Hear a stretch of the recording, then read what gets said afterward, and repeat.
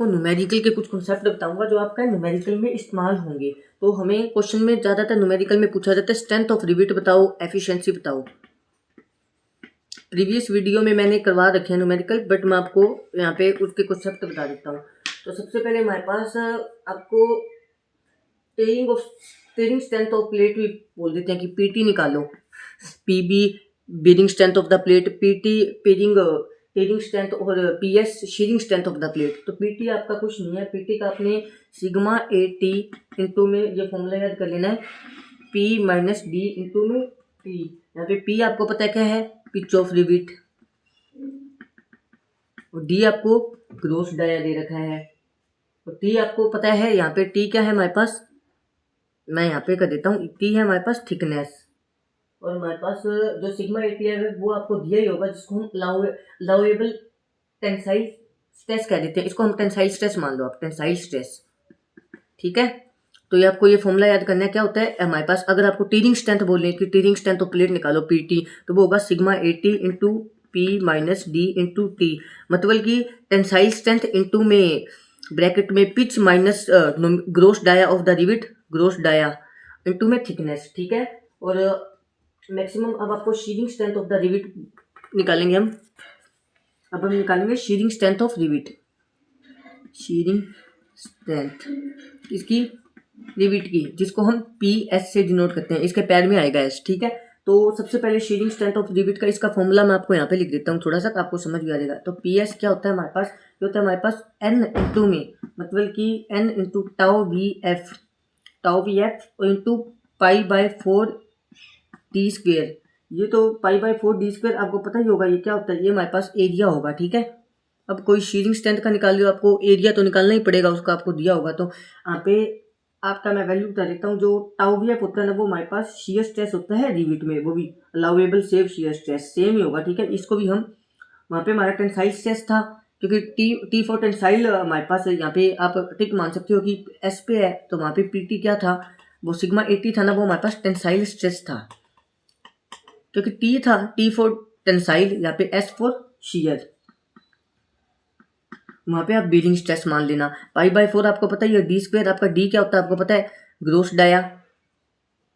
यहाँ पे मैं एन बता देता हूँ, तो यहाँ पे हमारा एन होता है number of the rivet in one pitch for lap joint, ठीक है, number of rivet in one pitch on one side of joint for but joint. अगर मैं आपको बता देता हूँ सिंपल थोड़ा से, आगे केस भी बताऊंगा। शीरिंग स्ट्रेंथ ऑफ जॉइंट, ये आपका सिर्फ शीरिंग स्ट्रेंथ ऑफ जॉइंट है, मैं बता देता हूँ क्या है, लैप या फिर सिंगल कवर बट जॉइंट के लिए फॉर्मूला है सिंगल कवर। अगर आपके पास लैप जॉइंट है, सिंगल कवर है ना, मतलब कि सिर्फ एक ही रो ऑफ रिविट होगी, तो उसके लिए हमारे पास ये एन होगा, ठीक है। अगर एन हमारे, अब मैं बता देता हूँ एन हमारे पास 1 क्या है, अगर एन हमारे पास 1 हुआ तो ये किसके लिए होगा, सिंगल रिविटेड लैप या फिर बट जॉइंट के लिए, ठीक है। अगर एन हमारे पास 2 हुआ तो ये होगा डबल रिविटेड लैप या फिर बट जॉइंट, कि डबल रिविटेड है, ठीक है, दोनों है। 3 के लिए आपको पता ही है। और मैक्सिमम फॉर्मूले में आपको दिया होगा क्वेश्चन में किताब में कि P S equal to 2 into N into sigma tau B F into pi by 4 into में डी स्क्वेयर। तो यहाँ पे 2 क्या है, ये आपका ये नहीं है कि डबल रिविटेड, बट ना डबल रिविटेड नहीं है, ये सिर्फ एन की वैल्यू है। यहाँ पे 2 है, यहाँ पे हमारे पास if the rivet in double shear double cover butt joint.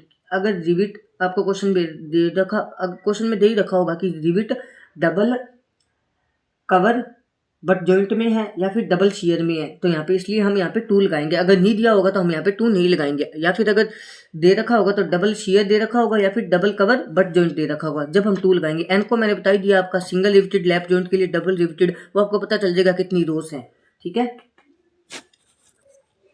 अब हम bearing strength of the rivet निकाल लेते हैं।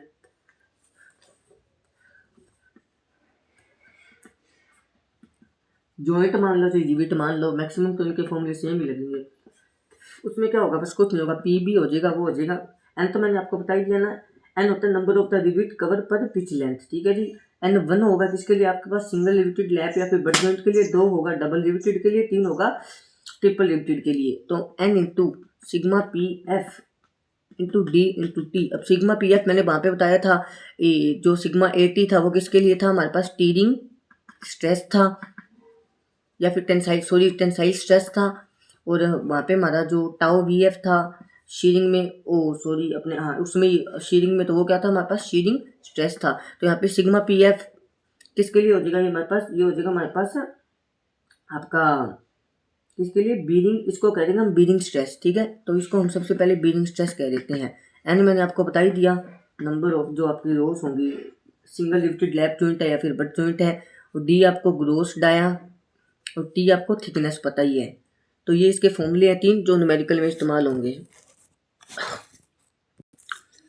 तो हम nominal diameter of the rivets निकाल सकते हैं उनविन फॉर्मूला से, 1 मार्क्स कहा जाता है ये। तो उनविन फॉर्मूला होता है 6√T, mm में निकालते हो क्या होता है 6√T, मतलब कि आपको थिकनेस दे रखी होगी, उसको नॉमिनल डायमीटर निकालने के लिए कई बार आपको आप कह दोगे कि भाई पेपर में हमें बड़ा डी नहीं दे रखा, तो आपको थिकनेस दे रखी होगी तब भी आप जो नॉमिनल डायमीटर निकाल सकते हो, ठीक है, मतलब कि बड़ा डी निकाल सकते हो आप यहाँ पे। अगर आपको क्वेश्चन में आ सकता है बड़ा डी भी नहीं दिया हुआ ना छोटा डी दिया हुआ, तो कैसे निकालोगे, तो आपको ये फॉर्मूला थिकनेस जो दे रखी होगी तो आप उनविन फॉर्मूला से ही निकाल सकते हो। पिच निकालते हैं अगर हमें एफिशिएंसी गिवन है, मतलब कि आपको एफिशिएंसी दी होगी तो n equal to P minus D upon में पी। अगर एफिशिएंसी नहीं दी हुई तो आपको sigma 80 into P minus D into T जो होगी हमारी किसके equal, minimum of P S and P B. इसका मतलब ये है कि जैसे P S and P B आपका मान लो पी एस आया 1000 या हमारा 2000, तो मिनिमम लेना है 1000 ले लेंगे, तो हम ऐसे लिख देंगे, सो सिग्मा 80 इंटू पी की वैल्यू मान लो जो भी होगी 60 70 इंटू टी, उसको हम 1000 के बराबर कर देंगे। अगर हमें एफिशिएंसी ना गिवन हो, एफिशिएंसी गिवन होगी तो आप वही फॉर्मूला लगाओगे।